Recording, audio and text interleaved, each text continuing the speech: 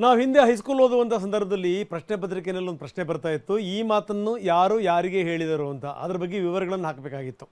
ಯಾಕೋ ಈ ಕಾಂಗ್ರೆಸ್ ನಾಯಕರು, ಅದರಲ್ಲೂ ಇಬ್ಬರು ಘಟಾನುಘಟಿ ನಾಯಕರು, ಇಬ್ಬರು ಮಂತ್ರಿಗಳು, ಈ ಬಸವಣ್ಣರ ವಿಚಾರಕ್ಕೆ ಸಂಬಂಧಪಟ್ಟಂಗೆ, ವೀರಶೈವ ಲಿಂಗಾಯತ ವಿಚಾರಕ್ಕೆ ಸಂಬಂಧಪಟ್ಟಂಗೆ ಒಬ್ಬರ ಹೆಸರನ್ನು ಹೇಳ್ದೇ ಅವ್ರು ಎತ್ತಿರುವಂಥ ರೀತಿ, ಜಾಡಿಸ್ತಿರುವಂಥ ರೀತಿ ನೋಡಿದ್ರೆ ಅನಿಸುತ್ತೆ ಏನು ನಡೀತಾ ಇದೆ ಸರ್ಕಾರದ ಒಳಗಡೆಗೆ ಅಂತ. ಯಾಕೆಂದರೆ ನಾವು ಮಾತಾಡ್ತಿರುವಂಥದ್ದು ಎಂ ಬಿ ಪಾಟೀಲ್ ಮತ್ತು ಖಂಡ್ರೆ ಅವ್ರ ಬಗ್ಗೆ. ಎಂ ಬಿ ಪಾಟೀಲ್ ಮೊನ್ನೆ ಮಾತಾಡ್ತಾ ಹೇಳ್ತಾ ಇದ್ರು, ನಾವು ಈ ಮೊನ್ನೆ ನಡೀತಲ್ಲ ಒಂದು ಸಮಾವೇಶದಲ್ಲಿ ಸುಮ್ಮನೆ ಅಪಸ್ವರ ಎತ್ತುವಂಥವ್ರನ್ನ ನಾವು ಉದ್ದೇಶಪೂರ್ವಕವಾಗಿ ದೂರ ಇಟ್ಟಿದ್ವಿ ಅಂತ. ಅದಕ್ಕೆ ಖಂಡ್ರೆ ತಿರುಗೇಟ್ ಕೊಟ್ಟಿದ್ದಾರೆ, ಬಸವಣ್ಣ ಏನು ನಿಮ್ಮ ಆಸ್ತಿನಾ ಅನ್ನುವಂಥ ಪ್ರಶ್ನೆಯನ್ನು ಅವ್ರು ಕೇಳಿದ್ದಾರೆ. ಇನ್ನು ಪರಮೇಶ್ವರ್ ಇದಕ್ಕೆ ಸಂಬಂಧಪಟ್ಟಂಗೆ ಮಾತಾಡಿದ್ದಾರೆ. ಮೊದಲು ಈ ವೀರಶೈವ ಲಿಂಗಾಯತ ಇದರಲ್ಲಿ ನಿಮ್ಮಲ್ಲಿರುವಂಥ ಈ ಗೊಂದಲಗಳಿದೆಯಲ್ಲ, ಆ ಗೊಂದಲಗಳನ್ನು ಮೊದಲು ಪರಿಹರಿಸ್ಕೊಳ್ಳಿ, ಆಮೇಲೆ ಬೇರೆ ಧರ್ಮದ ಮಾತು ಅನ್ನುವಂಥ ಮಾತನ್ನು ಅವ್ರು ಹೇಳಿದ್ದಾರೆ. ಹಾಗಾದರೆ ಇವರಿಬ್ಬರ ಲಡಾಯಿ ಎಲ್ಲಿಗೆ ಬಂದು ನಿಂತಿದೆ ನೋಡಿ.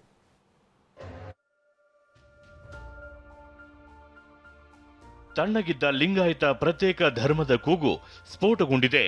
ಲಿಂಗಾಯತ ಧರ್ಮಕ್ಕೆ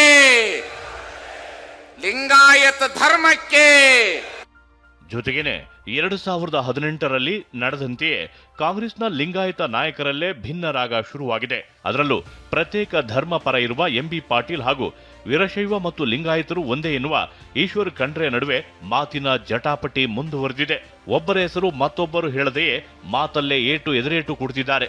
ಅವರು ಯಾರು ಡಿವೆಲ್ ಸ್ಟ್ಯಾಂಡ್ ಇದೆಯಲ್ಲ, ಆ ಡಿವೆಲ್ ಸ್ಟ್ಯಾಂಡ್ ಇದ್ದವ್ರು ಯಾರನ್ನೂ ಕರೆದಿಲ್ಲ. ಏನು ಬಸವಣ್ಣ ನಿಮ್ದೇನು ವೈಯಕ್ತಿಕ ಖಾಸಗಿ ಆಸ್ತಿನಾ? ಡಬಲ್ ಸ್ಟ್ಯಾಂಡ್ ಇರೋರು ಎಂದ ಎಂಬಿ ಪಾಟೀಲ್. ಬಸವಣ್ಣ ನಿಮ್ಮ ಆಸ್ತಿನಾ ಅಂತ ಖಂಡ್ರೆ ಖಡಕ್ ಪ್ರಶ್ನೆ. ಬಸವ ಸಂಸ್ಕೃತಿ ಅಭಿಯಾನ ಸಮಾರೋಪದಿಂದ ವೀರಶೈವ ಮಹಾಸಭಾವನ್ನ ದೂರ ಇಡಲಾಗಿತ್ತು. ಇದನ್ನ ಸಮರ್ಥಿಸಿಕೊಂಡಿದ್ದ ಎಂಬಿ ಪಾಟೀಲ್ ಡಬಲ್ ಸ್ಟ್ಯಾಂಡ್ ಇರೋರನ್ನ ಕರೆದಿಲ್ಲ ಎಂದಿದ್ರು. ಇದಕ್ಕೆ ಖಡಕ್ ಧ್ವನಿಯಲ್ಲಿ ಉತ್ತರಿಸಿರುವ ಈಶ್ವರ್ ಖಂಡ್ರೆ ಬಸವಣ್ಣ ನಿಮ್ಮ ಆಸ್ತಿನಾ ಎಂದು ಪ್ರಶ್ನಿಸಿದ್ದಾರೆ. ನೋಡಿ, ಅವರು ನಿಮಗೆ ನಾನು ಹೇಳಿದ್ರೆ ತಪ್ಪಾಗುತ್ತೆ, ಅವರು ಮಠಾಧಿಪತಿಗಳು ಒಕ್ಕೂಟದಿಂದ ಆಗಿದ್ದು. ಅವರು ಯಾರು ಡಿವೆಲ್ ಸ್ಟ್ಯಾಂಡ್ ಇದೆಯಲ್ಲ, ಆ ಡಿವೆಲ್ ಸ್ಟ್ಯಾಂಡ್ ಇದ್ದವ್ರು ಯಾರನ್ನೂ ಕರೆದಿಲ್ಲ. ಇಷ್ಟು ಮೇಲೆ ಅರ್ಥ ಮಾಡ್ಕೊಳ್ಳಿ. ಇವತ್ತು ಅವ್ರು ಹೇಳಿಕೆ ಕೊಡ್ತಾರೆ, ದ್ವಂದ್ವ ನಿಲುವು ಇದ್ದವರಿಗೆ ನಾವು ಆಹ್ವಾನ ಮಾಡಿಲ್ಲ. ಅರೆ ಮತ್ತೆ ಹಾಗಿದ್ರೆ ಮೊದಲೇ ಹೇಳಬೇಕಾಗಿತ್ತು. ಏನು ಬಸವಣ್ಣ ನಿಮ್ದೇನು ವೈಯಕ್ತಿಕ ಖಾಸಗಿ ಆಸ್ತಿನಾ? ನಿಮ್ಗೆ ಸೀಮಿತವಾಗಿದ್ದವರು ಇದ್ದಾರೆ ಬಸವಣ್ಣನವರು. ಅದಕ್ಕೆ ಹೇಳಿದೆ ನಾನು, ಬಸವಣ್ಣನವರಿಗೆ ಸೀಮಿತವಾಗಿ ಮಾಡುವಂಥದ್ದು ಅವಶ್ಯಕತೆ ಇಲ್ಲ, ಅದು ಅಕ್ಷಮ್ಯ. ಹೀಗೆ ಬಸವಣ್ಣ ವಿಚಾರವಾಗಿ ಜಟಾಪಟಿಯೇ ನಡೀತಿದೆ. ಸಮುದಾಯದ ಕೆಲ ನಾಯಕರು ಬರೀ ಲಿಂಗಾಯತ ಅನ್ನೋದನ್ನ ಅಷ್ಟೇ ಪ್ರಸ್ತಾಪಿಸುತ್ತಿದ್ದಾರೆ. ಆದರೆ ಈಶ್ವರ್ ಖಂಡ್ರೆ ನಾವು ಬೇರೆ ಬೇರೆ ಅಲ್ಲ, ಒಂದೇ ಅಂತಿದ್ದಾರೆ.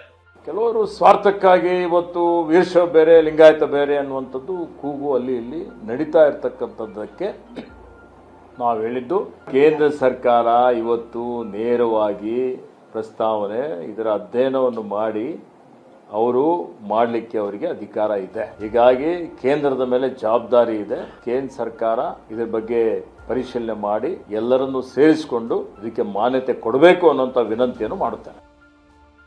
ವೀರಶೈವ ಲಿಂಗಾಯತರ ನಡುವಿನ ಈ ಗೊಂದಲದ ಬಗ್ಗೆ ಗೃಹ ಸಚಿವ ಪರಮೇಶ್ವರ್ ಕೆಲವು ಸಲಹೆ ಕೊಟ್ಟಿದ್ದಾರೆ. ಧರ್ಮ ಒಂದೇನಾ ಬೇರೇನಾ ಅಂತ ಮೊದಲು ಬಗೆಹರಿಸಬೇಕು ಎಂದಿದ್ದಾರೆ. ಲಿಂಗಾಯತ ಧರ್ಮ, ವೀರಶೈವ ಧರ್ಮ ಇದು ಬಗೆಹರಿಬೇಕು. ಇದು ಬೇರೆನಾ ಒಂದೇನಾ ಅಂತ ಅದನ್ನ ಅವರೇ ತೀರ್ಮಾನ ಮಾಡಬೇಕು. ಲಿಂಗಾಯತ ಸಮುದಾಯದವರು ಮತ್ತು ವೀರಶೈವ ಸಮುದಾಯದವರು ನಾವೇ ಬೇರೆ ಅನ್ನುವಂಥ ಮಾತುಗಳನ್ನು ಕೇಳ್ತಾ ಇದ್ದೀವಿ ಪ್ರತಿ ದಿವಸ.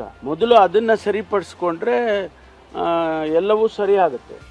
ಈ ನಡುವೆ ಬಸವ ಸಂಸ್ಕೃತಿ ಕಾರ್ಯಕ್ರಮದಲ್ಲಿ ಭಾಗವಹಿಸಿದ್ದ ಸಿಎಂ ಸಿದ್ದರಾಮಯ್ಯ ವಿರುದ್ಧ ಗುಳೇದಗುಡ್ಡದ ಅಮರೇಶ್ವರ ಮಠದ ಶ್ರೀಗಳು ಅಸಮಾಧಾನ ಹೊರ ಹಾಕಿದ್ದಾರೆ. ಧರ್ಮ ಒಡೆಯುವ ಕೆಲಸಕ್ಕೆ ಕೈ ಹಾಕಿದ್ರೆ ಸಿಎಂ ಸ್ಥಾನ ಕಳೆದುಕೊಳ್ತಾರೆ ಅಂತ ಪರೋಕ್ಷವಾಗಿ ಹೇಳಿದ್ದಾರೆ. ಕೆಲವೊಂದು ಸಚಿವರು ಆ ಕಡೆ, ಕೆಲವೊಂದು ಸಚಿವರು ಈ ಕಡೆ ಮಾತನಾಡುವುದನ್ನು ಕೇಳಿ ಯಾಕೋ ಸಿದ್ದರಾಮಯ್ಯನವರಿಗೆ ಕೂತು ಬರ್ತದೆ ಏನೋ ನವೆಂಬರ್ನಲ್ಲಿ ಅನ್ನುವಂತಹ ನಮಗನಿಸ್ತಾ ಇದೆ ಅನ್ನುವಂತಹ ಮೊನ್ನಿನ ದಿನನೇ ಹೇಳಿದ್ವಿ ಅವರಿಗೆ. ಈ ಕಾರ್ಯಕ್ರಮದಲ್ಲಿ ಹೋದರೆ ಸ್ವಲ್ಪ ಹೆಚ್ಚು ಕಡಿಮೆ ಆಗ್ತದೆ ಅನ್ನುವಂತಹ ಮಾತನ್ನು ಕೂಡ ಹೇಳಿದ್ದೇವೆ. ತಣ್ಣಗಿದ್ದ ಪ್ರತ್ಯೇಕ ಧರ್ಮದ ವಿಚಾರ ಮತ್ತೆ ಹೊತ್ತಿ ಉರಿಯುತ್ತಿದೆ. ವೀರಶೈವ ಮತ್ತು ಲಿಂಗಾಯತರ ನಡುವಿನ ಗೊಂದಲಕ್ಕೆ ಮತ್ತಷ್ಟು ತುಪ್ಪ ಸುರಿದಂತಾಗಿದೆ. Bureau report, TV9.